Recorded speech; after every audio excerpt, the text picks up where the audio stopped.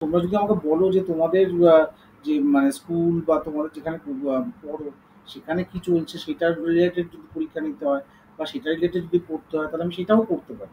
ঠিক আছে? কিন্তু একটু মানে এটা লজিক্যাল ওয়েতে চলো। ঠিক আছে? আমি সেটাই বারবার করে বলছি। আচ্ছা, এবার আমরা চলে আসছি যেটা important oxides of D block elements. মন দিয়ে শোন, important oxides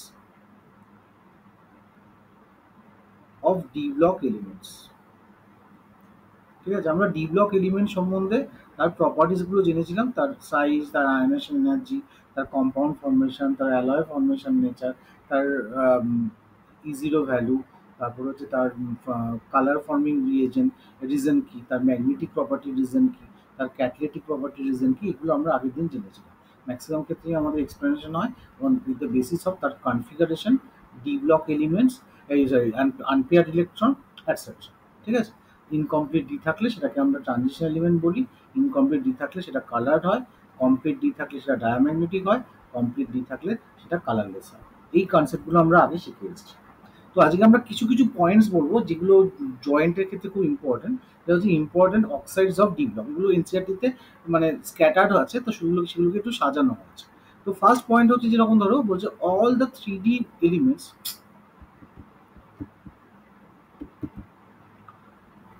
all the 3D block elements, all the 3D elements forms D block metal oxide তৈরি করে এবং এদের কমন অক্সিডেশন স্টেট আমরা আগের দিন দেখেছি +2 হয়। ঠিক আছে? এক্সেপ্ট, একমাত্র কার হয় না, এক্সেপ্ট স্ক্যান্ডিয়াম। খুব ইম্পর্টেন্ট কিন্তু এটা, এক্সেপ্ট স্ক্যান্ডিয়াম। আমরা আগের দিন দেখবে এরকম একটা এনসিআরটি একটা জায়গা আমি তুলে দিয়েছি, এই জায়গাটা বুঝতে পারছো? এটা খুব ইম্পর্টেন্ট। দেখো +2 সবারই আছে, একমাত্র স্ক্যান্ডিয়াম ছাড়া। ঠিক আছে? তোমার স্ক্যান্ডিয়াম একমাত্র SC2O3 করবে, কিন্তু বাকি কখনো SCO করবে না। ঠিক আছে? ক্লিয়ার? বাকিটা সবাই করতে পারে। তো এইটার একমাত্র +2 অক্সিডেশন স্টেট দেখা যায়। এটা দেখা যায় না স্ক্যান্ডিয়াম। তার কারণটা হচ্ছে তুমি কনফিগারেশন তো যদি দেখো আর্গন 4s2 3d1, তো ছাড়লেও তিনটেই ছাড়বে, কারণ আর্গন হয়ে যাবে, প্লাস দুটো ছাড়বে কখনোই না। এটা 1 নম্বর পয়েন্ট। 2 নম্বর পয়েন্ট বলছে all the metal oxide having +2 oxidation state um, are ionic in nature, are ionic in nature। ঠিক আছে? ইন জেনারেল যেমন জিঙ্ক অক্সাইড ধরো, এক্সাম্পল হচ্ছে জিঙ্ক অক্সাইড, এটা অলমোস্ট আয়নিক ইন নেচার। ঠিক আছে? এবার বলছে যদি মেটাল অক্সাইডের অক্সিডেশন নাম্বার বাড়ে তাহলে তার কোভ্যালেন্ট নেচার ডেভেলপ করবে। If the oxidation state of the metal oxide increases, then covalent nature increases, covalent nature increases। ঠিক আছে? এটা আমরা কোন রুল পড়ি মনে আছে? ক্লাস 11 একটা কেমিক্যাল বোর্ডের একটা কনসেপ্ট পড়েছিলাম, ফ্যাজান্স রুল। সেই ফ্যাজান্স রুলে আমরা বলেছিলাম যত বেশি ক্যাটায়নটার পোলারাইজিং তখনই বাড়ে যত চার্জ বাড়ে। Exactly, exactly, exactly. ঠিক আছে? 100% কোভ্যালেন্ট না, 100% আয়নিক কেউ না। ঠিক আছে? তার মানে যত বেশি অক্সিজেন স্টেট বাড়বে তত তার কোভ্যালেন্ট নেচার বাড়বে। যেমন ধরো আমি একটা এক্সাম্পল দিই, ধরো CRO chromic oxide, chromium oxide, CR2O3 আর CRO3, এই যে 3 রকমের ক্রোমিয়ামের অক্সাইড আছে, তো এখানে ক্রোমিয়ামের অক্সিজেন নম্বর কত? +2। এখানে ক্রোমিয়াম অক্সিজেন নম্বর +3, আর এখানে ক্রোমিয়াম অক্সিজেন নম্বর +6। তো যত বেশি অক্সিজেন নম্বর বাড়ছে তো তার কোভ্যালেন্ট নেচার বাড়ছে, 1 নম্বর পয়েন্ট। এটা কোভ্যালেন্ট নেচার ইনক্রিজ করছে। অ্যাজ ওয়েল অ্যাজ এখানে আরেকটা ফ্যাক্টরও ডিপেন্ড করে, যত অক্সিজেন নাম্বার বাড়বে তত তার অ্যাসিডিক অক্সাইড নেচার বাড়বে। মানে এইটা হচ্ছে অ্যাসিড, এটা হচ্ছে অ্যামফোটেরিক, আর এটা হচ্ছে বেসিক। তার মানে অক্সিজেন নাম্বার বাড়লে অ্যাসিডিক ক্যারেক্টার বাড়বে। ঠিক আছে? একই রকমভাবে ধরো আমি আরেকটা এক্সাম্পলও দিতে পারি, যে ধরো MnO2 আর Mn2O7। ঠিক আছে? এখানেও তুমি লক্ষ্য করো, এখানে এর কত হবে? +7 হবে। এর কত হবে? +4 হবে। এর কত হবে? +2 হবে। তাহলে এখানেও কি হচ্ছে? এইটা অ্যাসিডিক হবে, এটা অ্যামফোটেরিক হবে, আর এটা বেসিক হবে। তার মানে অক্সিডেশন স্টেট বাড়লে অ্যাসিডিক অক্সাইডের নেচার বাড়ে। ঠিক আছে? আর ইন্টারমিডিয়েট যেগুলো হয় সেটা সবসময় মনে রাখতে হবে সেটা অ্যাম্ফোটারিক। ঠিক আছে? যেমন ধরো V2O5 খুব কমন একটা আছে, V2O5 এগুলো এনজিআরটিতেও আছে, ইজ মেইনলি অ্যাসিডিক। ঠিক আছে? Is mainly acidic. ঠিক আছে? বাট কারণ কি দেখো +5 oxygen state, but it show amphoteric behavior too. It can show amphoteric behavior। এটা মানে সিবিএসসি সবচেয়ে মানে কমন কোশ্চেন, প্রচুর বার এসছে। ঠিক আছে? এটা তার তার এখানে দুটো কারণ আছে। এক নম্বর হচ্ছে এটা যখন এটা অ্যাসিডের সাথে রিয়াক্ট করে, মানে যখন V2O5 কে তুমি কোনো একটা অ্যাসিডের সাথে রিয়াক্ট করাবে, তখন এটা তৈরি করে VO2+। ঠিক আছে? আর যখন তুমি এটা বেসের সাথে রিয়াক্ট করাবে, তখন এটা তৈরি করবে VO4 3-। তার মানে দুজনের সাথে রিয়াক্ট করবে, তাই এটা অ্যাম্ফোটারিক বিহেভিয়ার শো করে। ঠিক আছে? এবং এরও যদি তুমি অক্সিজেন নাম্বারগুলো দেখো, V2O3 হয়, V2O4 হয়, আর V2O5। এখানে +5, এটা +4, আর এখানে +3। এত রকম অক্সিজেন স্টেট দেখা যায়।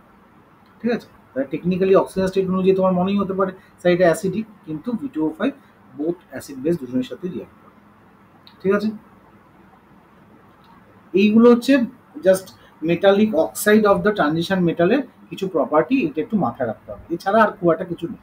জাস্ট এখান দিয়ে কোশ্চেনটা এই বেসিসেই দেয়, অক্সিডেশন নাম্বার বাড়লে তত অ্যাসিডিক নেচার বাড়ে। ঠিক আছে? ক্লিয়ার?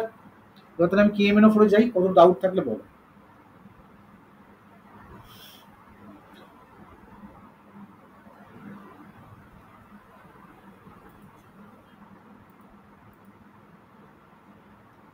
ওকে, সৌম্য অগ্নিব, সৌনকের কি হলো কে জানে।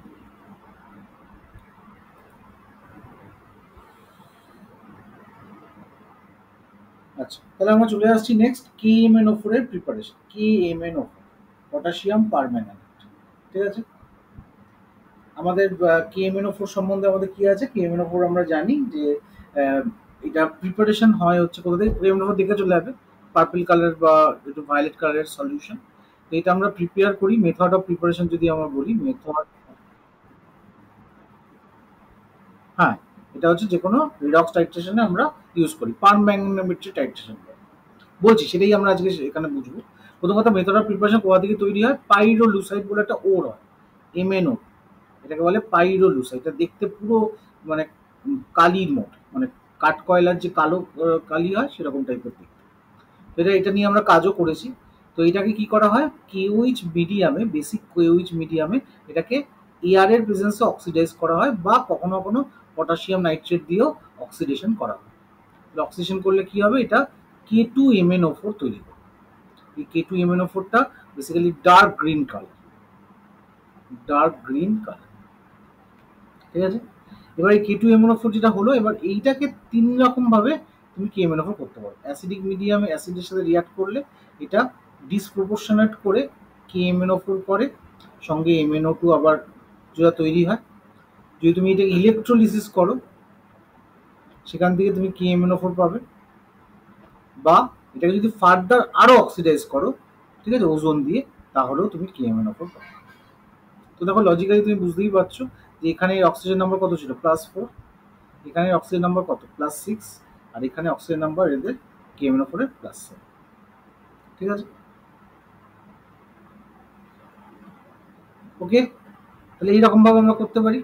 আচ্ছা, তো এই KMnO4 এর যে MnO4- যে আয়নটা, তো MnO4- আয়নের প্রথম কথা শেপটা কিরকম, MnO4- আর MnO4 2- আয়নের, এটার নাম হচ্ছে পটাশিয়াম ম্যাঙ্গানেট।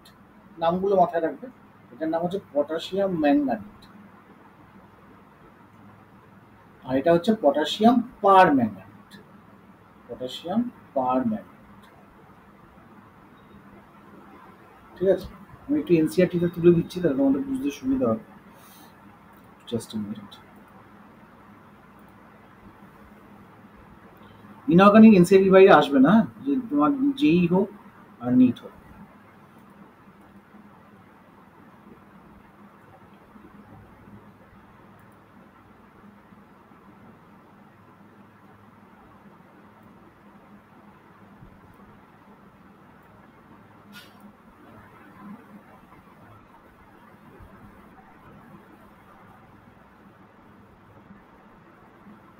কেন আসবে না?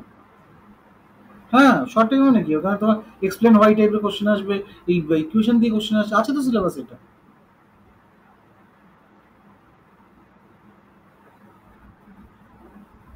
হ্যাঁ, এখান থেকে আসবে। আমাদের মানে পি ব্লকে সেরকম কিছু নেই, মানে পি ব্লকটাও একদম কমে দিয়েছে। পি ব্লকটা আর কি ওই কি করেছে, শুধু কিছু কম্পাউন্ডস, কিছু প্রপার্টিস এগুলো মেনশন করে দিয়েছে যেই নিটে, আর একদম বোর্ড থেকে তুলে দিয়েছে, বোর্ডে একদমই নেই। ঠিক আছে।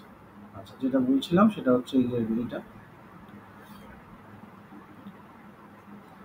হ্যাঁ, এই দুটো পেজ খুব ইম্পর্টেন্ট, একদম মানে এর বাইরে আসবেই না, একদম এইটুকু আমি তোমাকে ওয়ার্ড অফ অনার দিতে পারি যে ইনঅর্গানিক এনসিআরটির বাইরে আসবে। ঠিক আছে।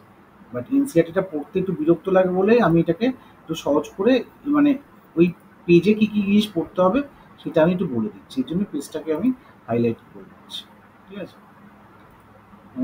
আজকাল কোটা টোটাতে এরকম ট্রেন্ডই পড়ায় ইনঅর্গানিক। তবে মানে আইআইটিতে কিন্তু অ্যাডভান্সে কিন্তু সবই আছে, অ্যাডভান্সে ডি এ পি সব আছে, অ্যাডভান্সে কিছু বাদ দেওয়া যাবে না, এটা বলে রাখলাম। এই জন্য একমাত্র দেখবে West Bengal Council of Higher Secondary Education মানে ডাব্লিউবিসিএইচএসে কিন্তু কিচ্ছু কমানো, ওগুলো কিন্তু সব আছে। ঠিক আছে, যদিও লজিক্যাল না খুব একটা ব্যাপারটা, তারা আবার নিটে গিয়ে ধাক্কা খাবো, জেইতে ধাক্কা খাবো। আচ্ছা, যেটা বলছি তাহলে এটা হচ্ছে কি, আমরা দেখো কেএমএন ফোর আরেকটা প্রিপারেশন এখানে দেখিয়েছে যে Mn2+ কে ম্যাঙ্গানিজ আয়নকে যদি তুমি পার অক্সো ডাইসালফেট 5s2O8 2- দিয়ে যদি তুমি রিয়াকশন করাও, তাহলে এটাও অক্সিডাইজড হয়ে MnO4- কনভার্ট হতে পারে। ঠিক আছে। এই পারঅক্সো কেন বলে, পারঅক্সো বলে এর জন্য যে এখানে একটা SO এরকম একটা পারঅক্সো বন্ড থাকে। ঠিক আছে। তো এই হলো ব্যাপারটা। এবার তুমি দেখো স্ট্রাকচার ওয়াইজ যদি দেখো যে এইটা হচ্ছে, এই যে স্ট্রাকচারটা, এটা হচ্ছে পটাশিয়াম ম্যাঙ্গানেটের স্ট্রাকচার, যেটা আমি গ্রিন কালার একটু আগে বলছিলাম, পটাশিয়াম ম্যাঙ্গানেটের স্ট্রাকচার। এখানে দুটো, এটা অ্যাকচুয়ালি টেট্রাহেড্রাল, দেখেই বুঝতে পারছো টেট্রাহেড্রাল শেপ। এখানে যে পাই বন্ডটা আছে, এই পাই বন্ডটা বেসিক্যালি দুটো পাই বন্ড আছে, এবং দুটো পাই বন্ড হচ্ছে ডিপাই পিপাই পাই বন্ড। ঠিক আছে। এটা সবাই বুঝো তো, ডিপাই পিপাই, আমি কেমিক্যাল বন্ড নিয়ে পড়িয়েছিলাম কিন্তু। মানে এখানে যে পাই বন্ডটা সেটা ম্যাঙ্গানিজের ডি অরবিটাল আর অক্সিজেনের পি অরবিটালের মধ্যে পাশাপাশি ওভারল্যাপ হয়ে তৈরি হচ্ছে। ঠিক আছে। এবার যদি আমি এদের বন্ড অর্ডার দেখি, মানে এদের বন্ড অর্ডার, তো বন্ড অর্ডার কি হবে, বন্ড অর্ডার হচ্ছে টোটাল কতগুলো বন্ড আছে দেখতে হবে, 6টা বন্ড, তাই তো। আর এদের মধ্যে কটা রেজোনেন্স দেখা যায়, দেখো এটা যদি দেখো তুমি 4খানা রেজোনেন্স দেখতে পাবে। একবার এইটাকে সরাবে, এইটাকে সরাবে, আবার একবার এইটাকে সরিয়ে এইটাকে সরাবে, আবার এইটাকে সরিয়ে একবার সরাবে, আবার এইটাকে সরিয়ে এটা সরাবে, মানে দুটো চার্জের রেসপেক্টে দুটো দুটো করে 4টে হবে। তাহলে এর বন্ডটা কত হবে, 1.5 এর কাছাকাছি। ঠিক আছে। আর যদি ফর্মাল চার্জ বলে, তাহলে ফর্মাল চার্জ কি বলে, ফর্মাল চার্জের ফর্মুলা কি ছিল, যে চার্জ যেটা আছে by total number of covalent bond, formal charge হবে -1/2। ঠিক আছে। তাহলে এই পয়েন্টগুলো আমাকে মানে ম্যাঙ্গানেট আয়ন সম্বন্ধে আমি জানতাম। তো একই রকম ভাবে যদি পার ম্যাঙ্গানেটের স্ট্রাকচারটা দেখো, পার ম্যাঙ্গানেট দেখো পার্পল কালার হয়, তাই পার্পল কালারে দেখিয়েছে। তাহলে এর ক্ষেত্রে দেখো 3খানা কি হবে, পিপাই ডিপাই বন্ড হবে, 3 পিপাই ডিপাই বন্ড। ঠিক আছে। এটাও টেট্রাহেড্রাল শেপ। ঠিক আছে। তাহলে এই ক্ষেত্রে বন্ডটা কি হবে, এখানে তুমি 7খানা বন্ড দেখছো, তাহলে 7খানা বন্ড, সেই ইয়ে তো রেজোনেটিং স্ট্রাকচার তো 4টেই হবে, তো 7/4 হবে এখানে বন্ড অর্ডার। ফর্মাল চার্জ কি হবে, এখানে চার্জ কত, -1, 4খানা কোভ্যালেন্ট বন্ড, তাহলে -1/4 হবে। ঠিক আছে, বোঝাতে পারলাম? ক্লিয়ার এই ব্যাপারটা?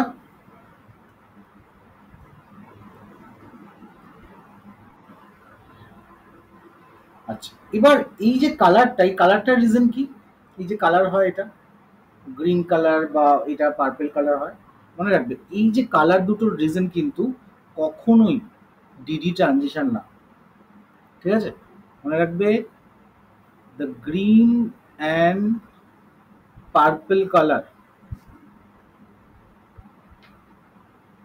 is due to charge transfer spectrum, charge transfer spectrum, এটা সিটি স্পেক্ট্রার জন্য হয়, it is nothing to do with DD transition. ঠিক আছে, নট ডিজিট ট্রানজিশন, মনে থাকবে এটা। ওকে। আচ্ছা, এবার যদি আমাকে বলে যে ম্যাঙ্গানেট আর পার ম্যাঙ্গানেট, এর মধ্যে ম্যাঙ্গানিজ অক্সিজেনের কার বন্ড লেন্থ বেশি, বলতে পারবে? কার বন্ড লেন্থ বেশি হবে?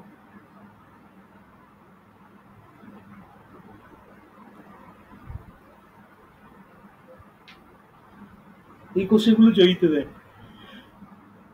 আমার কোশ্চেনটা বুঝতে পারছো? এই যে ম্যাঙ্গানিজ অক্সিজেনের মধ্যে যে বন্ড দেখছো, এখানেও তো একটা বন্ড আছে, এখানেও ম্যাঙ্গানিজ অক্সিজেন বন্ড আছে, তো কার বন্ড লেন্থটা বেশি?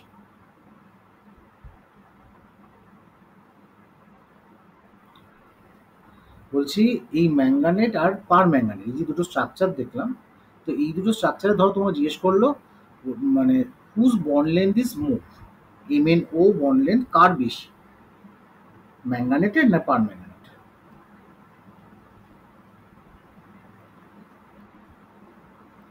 পার ম্যাঙ্গানেটের বলছো, কেন পার ম্যাঙ্গানেটে বলছো?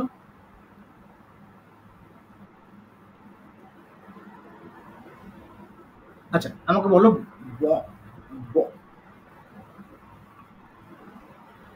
বন্ড লেন্থ বেশি হবে, তাই তো? তাহলে তুমি কার বন্ড অর্ডার কম দেখছো, এখানে 6/4 আছে আর এখানে 7/4 আছে, তাহলে বন্ড অর্ডার এর বেশি তো, তাহলে বন্ড লেন্থ নিশ্চয়ই এর কম হবে। তাহলে বন্ড লেন্থের রেসপেক্টে যদি আমি বলি, তাহলে আমার বোঝা যাবে যে MnO4 মাইনাসের থেকে MnO4 2 মাইনাসের বন্ড লেন্থ বেশি হবে উইথ রেসপেক্ট টু MnO। ঠিক আছে, বোঝা গেল? অগ্নিও বুঝতে পারলে বাবু? অগ্নিও কি হলো? আমাদের নেটের সমস্যা হচ্ছে নাকি? তাই বলছি কোনো। হ্যাঁ, হ্যাঁ, শরীর খারাপ? ও, তাহলে বলতে পারো তো তোমরা, আমাকে অন্য একটা দিন একটা স্যার টাইম করে দিন, বললেই তো হয়, সেটা তো আমি এটা ম্যানেজ করে নিতেই পারি। ঠিক আছে।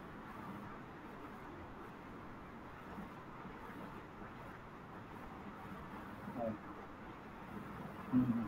ও আচ্ছা আচ্ছা, ঠিক আছে। কি মানে মানে ক্লাসের ফুটবল?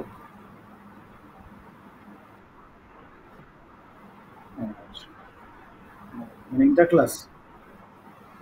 আচ্ছা, ইন্টার স্কুল মানে ইন্টার স্কুলে মানে কি একই ক্লাসের মধ্যে মানে সায়েন্স কমার্স এরকম?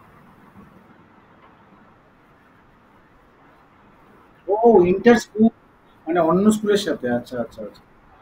হ্যাঁ হ্যাঁ হ্যাঁ হ্যাঁ।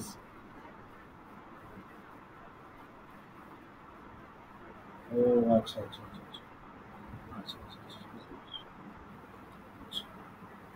আচ্ছা, এটা হলো মোটামুটি আমাদের একটা ব্যাপার। আচ্ছা, এরপরে যেটা বলছে যে potassium permanganate forms dark purple crystal which is isostructural with potassium chloride. ঠিক আছে, এটা স্ট্রাকচারটা পটাশিয়াম ইয়ের মতো ইয়ে।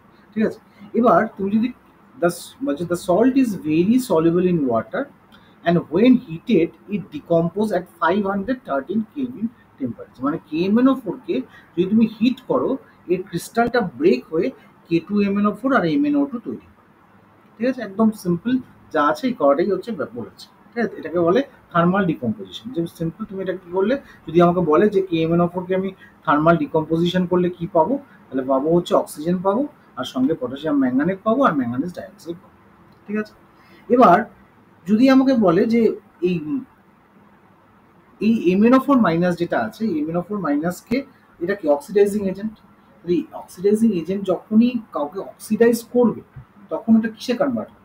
হচ্ছে MnO4 মাইনাস যখন অক্সিডাইজড হয়, মানে নিজে অক্সিডাইজ করে কাউকে, নিজে তো রিডিউসড হয়, তাহলে নিজে Mn2 প্লাসে কনভার্ট হয়, অথবা কখনো কখনো MnO2 তে কনভার্ট হয়। ঠিক আছে, তার মানে KMnO4 এ ম্যাঙ্গানিজে অক্সিজেন স্টেট কত, +7, সেখান থেকে +2 হচ্ছে বা +4 এ কনভার্ট হচ্ছে, মানে নিজে রিডিউসড হচ্ছে আর অন্য কাউকে অক্সিডাইজ করছে। ঠিক আছে, তো এইটা একটু মাথায় রাখতে হবে। এবার এইটার উপর বেস করে আমাদের এখানে দেখো অনেকগুলো রিয়াকশন আমরা এখানে করব। যেমন ধরো দেখতে পাচ্ছি, দেখো যদি অক্সালিক অ্যাসিডের সাথে MnO4 মাইনাসের রিয়াকশন হয়, এটা কার্বন ডাইঅক্সাইডে কনভার্ট হয়। যদি ফেরাসের সাথে MnO4 এর রিয়াকশন হয়, তাহলে এটা ফেরিকে কনভার্ট হয়। যদি নাইট্রাইটের সাথে মানে অক্সিডেশন হয়, তাহলে এটা নাইট্রেটে কনভার্ট হয়। আয়োডাইডের সাথে রিয়াকশন হয় তাহলে আয়োডিনে কনভার্ট। তার মানে কি এগুলোকে কি করছে ও অক্সিডাইজ করছে, ঠিক আছে? মানে নিজেও অক্সিডাইজ, নিজে রিডিউসড হচ্ছে, অন্যকে অক্সিডাইজ করছে। দেখো যে কটা আমি বলছিলাম সেটাই এখানে লিখেছে। MnO4 মাইনাস থেকে এটা MnO2 হতে পারে, Mn2 প্লাস হতে পারে, এবং প্রত্যেকটা ক্ষেত্রে আলাদা আলাদা হবে। তোমাকে এখানে অক্সিডেশন পোটেনশিয়ালের ভ্যালু দিয়ে দিয়েছে, এছাড়া রিডাকশন পোটেনশিয়ালের ভ্যালু দিয়ে দিয়েছে, ঠিক আছে? এবার এখানে তিনটে ফ্যাক্টর একটু মাথায় রাখতে হবে যে MnO4 মাইনাস কে তুমি যদি ধরো অ্যাসিডিক মিডিয়ামে ট্রিট করো তাহলে কি হয়, বেসিক মিডিয়ামে ট্রিট করো তাহলে কি হয়, ঠিক আছে? তো MnO4 মাইনাস কে যদি তুমি অ্যাসিডিক মিডিয়ামে ট্রিট করো তাহলে it will be converted to Mn2 plus. সেটাতে কি হলো, পার্পেল কালারটা এটা মনে রাখবে কালারলেস হয়ে যাবে, ঠিক আছে? এবার যদি MnO4 মাইনাস কে তুমি ধরো বেসিক মিডিয়ামে বা নিউট্রাল মিডিয়ামে ট্রিট করো, তো বলছে যদি তুমি নিউট্রাল মিডিয়ামে ট্রিট করো তাহলে এটা কিসে কনভার্ট হবে, MnO2 তে কনভার্ট হবে, বা বেসিক মিডিয়াম এটা MnO2 তে কনভার্ট হবে, ঠিক আছে? এটা হচ্ছে মানে কি বলবো, weak basic or neutral medium. আর যদি MnO4 মাইনাস কে তুমি হাই কনসেন্ট্রেশন অফ বেসিক মানে স্ট্রং বেসকে দিয়ে যদি ট্রিট করো তাহলে এটা MnO4 2 মাইনাসে কনভার্ট, ঠিক আছে? তাহলে এইটা হচ্ছে ইন্টার কনভার্সন বিভিন্ন অ্যাসিড আর বেসিক মিডিয়াম, ঠিক আছে? দেখো এবার রিয়াকশন গুলো আবার বলেছে, দেখো আয়োডাইড কে MnO4 মাইনাস আয়োডিনে কনভার্ট করছে, অক্সিডাইজ করছে। ফেরাস কে ফেরিকে কনভার্ট করছে, ইয়েলো হয়ে যাচ্ছে গ্রিন থেকে ইয়েলো ফেরাসটা। অক্সালেট কে কার্বন ডাই অক্সাইডে কনভার্ট করছে। সালফাইডকে সালফারে কনভার্ট করছে। সালফিউরাস অ্যাসিডকে সালফেটে কনভার্ট করছে। নাইট্রাইটকে নাইট্রেটে কনভার্ট করছে। তো এই কনভার্সনগুলো মাথায় রাখতে হবে, ঠিক আছে? এইগুলো অনেক সময় দেয় যে MnO4 minus plus C2O4 2 minus arrow the acidic medium product. তো তোমাকে মাথায় রাখতে হবে অ্যাসিডিক মিডিয়াম মানে Mn2 প্লাস শিওরলি হবে।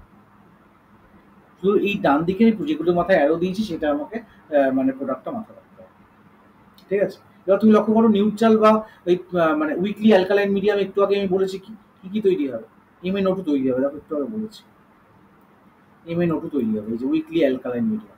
দেখো এখানেও তাহলে কি হবে, দেখো MnO2 তৈরি হচ্ছে। বাকি কিন্তু অক্সিডাইজড গুলো অক্সিডাইজডই হচ্ছে, মানে ধরো I মাইনাস IO3 মাইনাস হচ্ছে, S2O3 টা SO4 2 মাইনাস হচ্ছে। তো এগুলো একটু মাথায় রাখতে হবে, ঠিক আছে? তো দিকে দেখো যেটা যেটা নিও বলছিল যে স্যার আমাদের ল্যাবে তো টাইট্রেশনের জন্য ইউজ হয়, তো সেটাই লিখেছে দেখো permanganate titration is presence in the hydrochloric acid are unsatisfactory since hydrochloric acid is oxidize to chlorine. এই জন্য আমরা কি করি দেখবে পারম্যাঙ্গানেট টাইট্রেশনে আমরা কখনো হাইড্রোক্লোরিক অ্যাসিড দিই না, তার জায়গায় আমরা সালফিউরিক অ্যাসিড দিতে পারি, ঠিক আছে? এটা একটু মাথায় রাখবে। আচ্ছা, তাহলে এই মোটামুটি আমাদের পার ম্যাঙ্গানেটের কেসটা হলো। এখানে একটা কিছু কিছু ইউজ লিখে দিয়েছে, বলছে it's use in analytical chemistry, যেটাকে আমরা পার ম্যাঙ্গানোমেট্রি বলছি। আর KMnO4 is used as a favourite oxidant in preparative organic chemistry and it uses for the bleaching of wool, cotton, silk and other textile fibres and for the decoloration of oil আর also dependent on the strong oxidising power. তো these are the use, ঠিক আছে? তো এটা আমাদের KMnO4টা হলো, ঠিক আছে? তো KMnO4 এর যেই যেই পার্টগুলো অন্তত এখানে লেখা আছে তো শুধু সেইগুলোই এখন আপাতত দেখ, ঠিক আছে?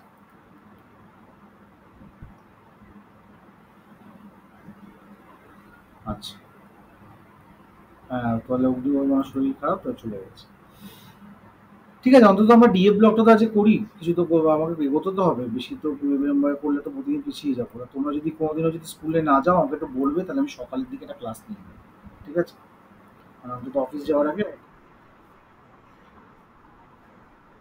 আচ্ছা, তাহলে যদি না যাও তোমরা ফ্রাইডে, এই যে রাজবীরের আবার সমস্যা, রাজবীর তো আলাদা স্কুল, তাও তুমি আমাকে বলো। তোমরা যদি ফ্রাইডে না যাও তাহলে আমাকে বলো, আমি ফ্রাইডে সকালবেলা ক্লাস নিয়ে নেবো 7টা 7টা 7:30 নাগাদ, ঠিক আছে? জিজ্ঞেস করে আমাকে একটু বলে দিও, একটা ক্লাস নিয়ে নাও। এইভাবে তো মানে করলে হয় না, না? কেমিস্ট্রিটা ক্যাজুয়ালি নিচ্ছ তোমরা। আচ্ছা, এরপরে আসছি আমরা কে মানে K2CO2 CR2O7 নেক্সট। ডি ব্লকের লাস্ট কম্পাউন্ড, তাহলে আমার ডি ব্লকটা কমপ্লিট হয়ে যায়। এটা হচ্ছে K2CR2O7। আচ্ছা, K2CR2O7টা এখান থেকে একটু আগে তুলে নিই তাহলে বুঝতে সুবিধা হবে। এর বাইরে পড়তে হবে না, এর জন্যই আমি এখান থেকে তুলছি।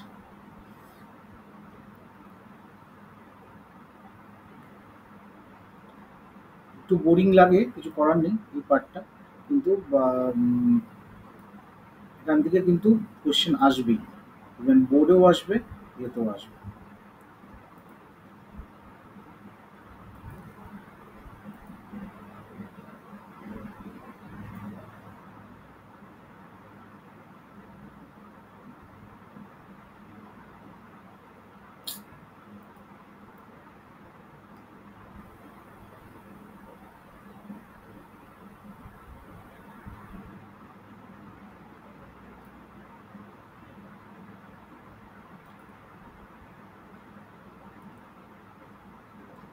ঠিক আছে, তো এবার আসছি পটাশিয়াম ডাইক্রোমেট।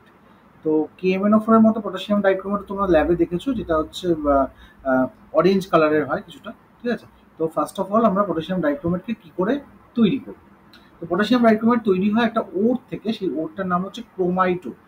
এই ক্রোমাইট ওরটা থেকে এটা প্রিপেয়ার করা হয়। তো ক্রোমাইট ওর বেসিক্যালি নিয়ে তাকে সোডিয়াম কার্বোনেটের প্রেজেন্সে অক্সিডাইজ করা হয়। তো এটা অক্সিডাইজ করলে কি হবে, এটা ফেরিক অক্সাইড তৈরি হবে, আর এটা ইয়েলো কালারের সোডিয়াম ক্রোমেট তৈরি হবে। এটা সলিউবল বা অ্যাকুয়াস মিডিয়ামে থাকে, আর এটা ইনসলিউবল থাকে। বা যখন ইনসলিউবল থাকে তাহলে কি হবে, ফিল্টার করতে হবে। এটাকে তুমি যদি ফিল্টার করো, তাহলে ফিল্টার করলে কি হবে, ফেরিক অক্সাইডটা এখানে জমে যাবে, আর ফিল্ট্রেটে এই সোডিয়াম ক্রোমেটটা পাওয়া যায়। এবার এই সোডিয়াম ক্রোমেটটাকে তুমি যদি কনসেন্ট্রেটেড H2SO4 দিয়ে ট্রিট করো, দেখো অ্যাসিডিক লিখেছে এখানে, তো সেটা কনভার্ট হবে সোডিয়াম ডাইক্রোমেটে। এটা অরেঞ্জ কালারের তুমি ক্রিস্টাল পাবে, যেটা ক্রিস্টালাইজ আউট করবে। ঠিক আছে, অরেঞ্জ ক্রিস্টাল তৈরি হবে। ঠিক আছে, এবার কোশ্চেন হচ্ছে স্যার আমি তো পটাশিয়াম ডাইক্রোমেট চাইছি, এখানে তো সোডিয়াম ডাইক্রোমেট তৈরি হল। বলছে হ্যাঁ, এবার এই সোডিয়াম ডাইক্রোমেটকে আমার কী করতে হবে, এই সোডিয়াম ডাইক্রোমেটকে আমাকে পটাশিয়াম ডাইক্রোমেটে কনভার্ট করতে হবে। কী করে, তাকে KCl দিয়ে ট্রিট করতে হবে। করলে এটা জাস্ট আয়ন এক্সচেঞ্জ করবে, আয়ন এক্সচেঞ্জ করলে সোডিয়াম ডাইক্রোমেট থেকে পটাশিয়াম ডাইক্রোমেট আর পটাশিয়াম ক্লোরাইড তৈরি হবে। এবার কোশ্চেন সেটা, কোশ্চেন হচ্ছে হোয়াই আমাদের সোডিয়াম ডাইক্রোমেটও অরেঞ্জ ছিল, সোডিয়াম ডাইক্রোমেটও ইজ অক্সিডাইজিং নেচার, তাহলে কেন আমি সোডিয়াম ডাইক্রোমেটের জায়গায় পটাশিয়াম ডাইক্রোমেট তৈরি করছি, কেন কনভার্ট করছি। তো তার পিছনে একটা রিজন আছে, রিজনটা হচ্ছে why it has to convert into K2Cr2O7। এর রিজনটা হচ্ছে আমরা পটাশিয়াম ডাইক্রোমেট কি বললাম, আমরা ল্যাবে ইউজ করি অ্যানালিটিক্যাল পারপাস। তো K2Cr2O7 as K2Cr2O7 is used as primary standard solution। Primary standard solution আমরা সবাই জানি কি প্রাইমারি স্ট্যান্ডার্ড সলিউশন।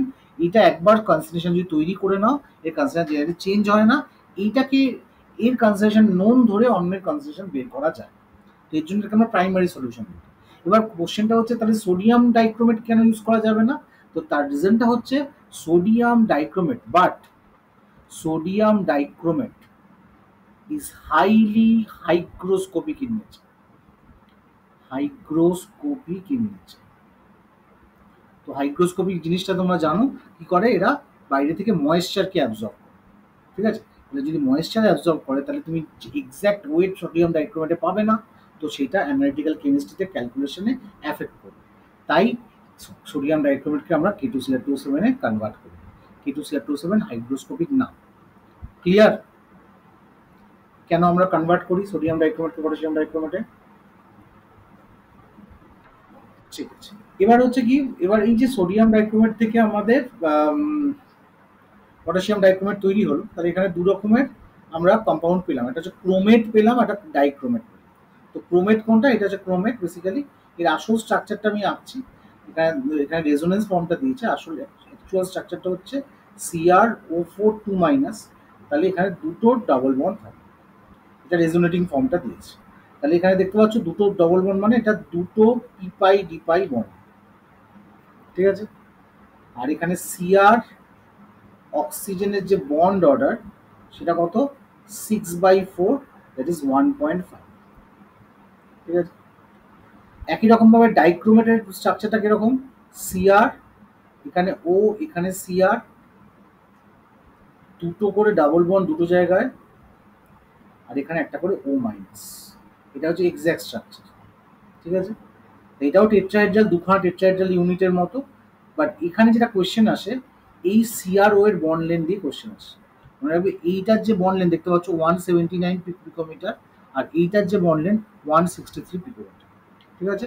তো দু রকমের বন্ড লেন্থ এখানে দেখা যায়, একটা 179 আর এটা হচ্ছে 163 পিকোমিটার। তার মানে মনে রাখবে যেটা bridging CRO, bridging CRO bond, তার বন্ড লেন্থটা বেশি হয় দেন, মানে কি বলবো, সাইড সিআরও বা টার্মিনাল সিআরও বন্ড। ঠিক আছে? এটা মাথায় রাখতে হবে, মানে সিআরওর বন্ড লেন্থটা সবকটা ইকুয়াল। হ্যাঁ, বলছি যে এইখানে যে স্ট্রাকচারটা দেখলে, এই স্ট্রাকচারটা হচ্ছে রিয়েল স্ট্রাকচার। ঠিক আছে? তো এখানে কি হয়, এই স্ট্রাকচারগুলোর মধ্যে কি হয়, রেজোনেন্স হতে পারে তো। এটা এখানে যেতে পারে, এটা কি এখানে রেজোনেন্স করতে পারে। করে এই যে স্ট্রাকচারটা দেখিয়েছে নিচে অরেঞ্জ কালারের, তো এইটা কিন্তু অ্যাকচুয়ালি রেজোনেটিং স্ট্রাকচার। তাহলে এই যে বন্ডগুলো যেগুলো রেজোনেন্স করছে, এখানে পার্শিয়াল ডাবল বন্ড নেচার দেখা যাবে তো। এবার এর বন্ড লেন্থ মেজার করা হয়েছে, দেখা গেছে এর বন্ড লেন্থ হচ্ছে 163 পিকোমিটার।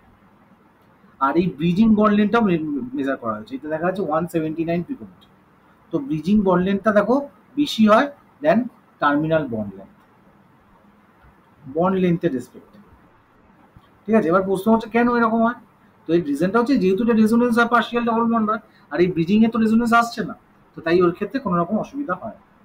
আর এখানে মনে রাখবে এই স্ট্রাকচারটা অনুযায়ী এরও চারখানা ফোর ফোর পিপাই ডিপাই বন্ডিং দেখা যায়। ঠিক আছে? তো এইটা হলো আমাদের পটাশিয়াম ডাইক্রোমেটের স্ট্রাকচার আর পটাশিয়াম ক্রোমেটের স্ট্রাকচার।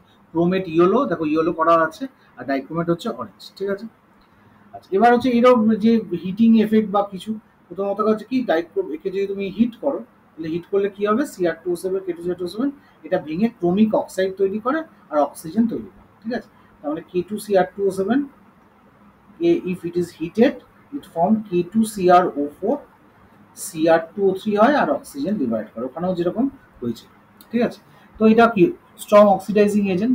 তো এটা অ্যাসিডিক মিডিয়ামে কি হয়, অ্যাসিডিক মিডিয়ামে যদি অক্সিডাইজ করে it will be converted into chromic sulphur. দেখবে অনেক সময় লক্ষ্য করেছো কি জানি না, এই, যারা বাইক চালায় বা যারা মানে ফোর হুইলার চালায়, এবার ট্রাফিক পুলিশ মাঝে মাঝে দাঁড় করিয়ে না মুখে একটা এরকম একটা রড ঢুকিয়ে বলে ফু দাও। ঠিক আছে? তো তো ফু দেয়, তবে ফুদলে ওরা আবার ছেড়ে ওঠে। তো ওরা ছেড়ে দেয়, তার কারণটা কি, ওরা ভিতরে একটা না এরকম একটা ডাইক্রোমেটের সলিউশন আছে, ওটা একটা পেপার ফর্মে আছে। তো তুমি যখনই কেউ যারা ড্রাঙ্কিং কন্ডিশনে গাড়ি চালায়, তো ওর মুখে তো অ্যালকোহল থাকে, তো অ্যালকোহলটা অক্সিডাইজড হয়ে যায় যখনই ও মানে ব্রিদিং করে, ওটা অক্সিডাইজড হয়, অক্সিডাইজড হয়ে ওর মুখটা অ্যাসিডিক হয়ে যায়। এবার যদি ও ওটাকে ফু করে, ওই যে ডাইক্রোমেটের পেপারটা অক্সিডাইজড হয়ে ক্রোমিকে কনভার্ট হয়, তো ও তখন দেখতে পারে যে অরেঞ্জটা গ্রিনে কনভার্ট হয়ে গেছে। তো তখন ধরে নেয় যে তুমি অ্যালকোহল খেয়েছো। ঠিক আছে? তোমার মুখে যদি গন্ধ নাও থাকে, তুমি যদি অ্যালকোহল খেয়ে থাকো, তোমাকে ফাইন করতে হবে। বুঝতে পারলে কথাটা? এটা হচ্ছে সায়েন্স বিহাইন্ড দ্য ওই যেটা ওই অ্যালকোহল টেস্ট হয়। ওকে? তো এছাড়াও যে ডাইক্রোমেট কি আমরা দেখো দেখতেই পাচ্ছ, এটার অক্সিডাইজিং প্রপার্টি, এটা highly positive E zero reduction potential value, তার মানে অক্সিডাইজিং নেচার। তো এটা কি করে দেখো, আয়োডাইডকে আয়োডিনে কনভার্ট করে, সালফাইডকে সালফারে কনভার্ট করছে অক্সিডেশন, স্ট্যানাসকে স্ট্যানিকে কনভার্ট করছে, ফেরাসকে ফেরিকে কনভার্ট করছে। ঠিক আছে? তাহলে এটা মাথায় রাখতে হবে যে এই রিয়াকশনগুলো কিন্তু মানে ইয়ের মিডিয়ামে, ডাইক্রোমেটের মিডিয়ামে হয়। ঠিক আছে? তো এই মোটামুটি আমাদের K2Cr2O7 এর রিয়াকশনস। আর KMNO4 তো আমি একটু আগে বলেছি। তো এই মোটামুটি আমাদের ডি ব্লকের যা যা ইয়ে আছে সেটা আমাদের মোটামুটি কমপ্লিট হলো। আর মোটামুটি কিছু নেই অ্যাজ পার দ্য এনসিআরটিজ কনসেপ্ট। তাহলে আমরা এবার একটু এ ব্লকের দিকে যাই। এ ব্লকের দিকে যাই, অসুবিধা নেই তো? আচ্ছা, আর যদি বলো যে স্যার এ ব্লকটা তাহলে আপনি পরের দিন করান, তাহলে পরের দিনও করাতে পারি, কারণ ওরা তো কেউ আজকে নেই।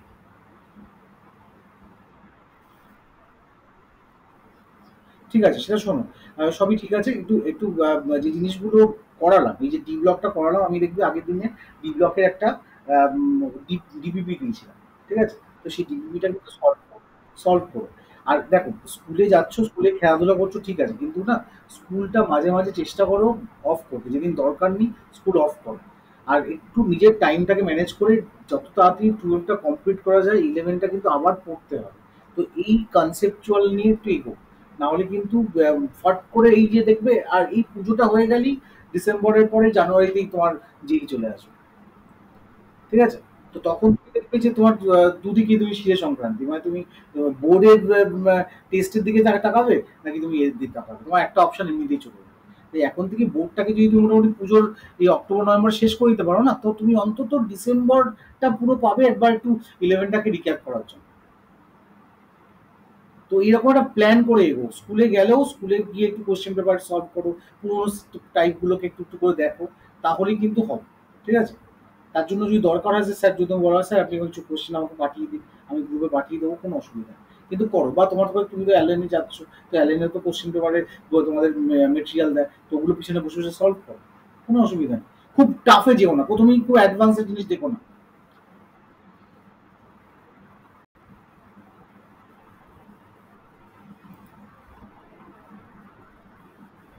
হ্যাঁ, মেন্স লেভেলগুলো করো, মেন্স লেভেলগুলো খুব কঠিন থাকার কথা না তো।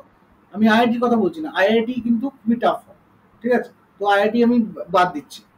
হ্যাঁ, আইআইটি আমি এখন বাদই দিচ্ছি। আইআইটি ধরো আমি পরে দেখা যাবে, যদি আমার ইলেভেনের এই মানে জানুয়ারি মেন্সটা ভালো হয়, তখন আমি আইআইটি প্রিপারেশন নেবো। তাহলে আমাকে না হয়তো মেন্সটা ভালো করতে হবে, মেন্সটা যদি আমি মোটামুটি 94-95% বা তার অ্যাভব পেয়ে যাই, তাহলে আমি অ্যাটলিস্ট ভালো কলেজ এনআইটি তো শিওর করে ফেলতে পারবো, ঠিক আছে? তো আমাকে এই অবজেক্টিভ নিয়ে এগিয়ে যেতে হবে। এবার তারপরে আইআইটি হলে তো আরো ভালো, ঠিক আছে? তো সুতরাং এইগুলোকে আগে সলভ করো। আমি তোমাদের যেগুলো দিই সেগুলো মোটামুটি যেই লেভেলেরই দিই, বা প্রিভিয়াস ইয়ার্সে কিছু যেই দিই, তো সেগুলো একটু দেখো, কোশ্চেন পেপারগুলো সলভ করো। তো যত সেফ সলভ করবে তত কিন্তু বেটার হবে, ঠিক আছে? ঠিক আছে, চলো, রাখছি, আমি গ্রুপে লিখে দিচ্ছি। ফ্রাইডে যদি জয়েন করতে পারো সকালবেলা বলবে, আমি 8টা থেকে বা 7:30 থেকে একটা ক্লাস নিয়ে নেবো। আমি সকালেই নেবো কিন্তু, কারণ আমার অফিস যেতে হবে তো। ঠিক আছে, বাই।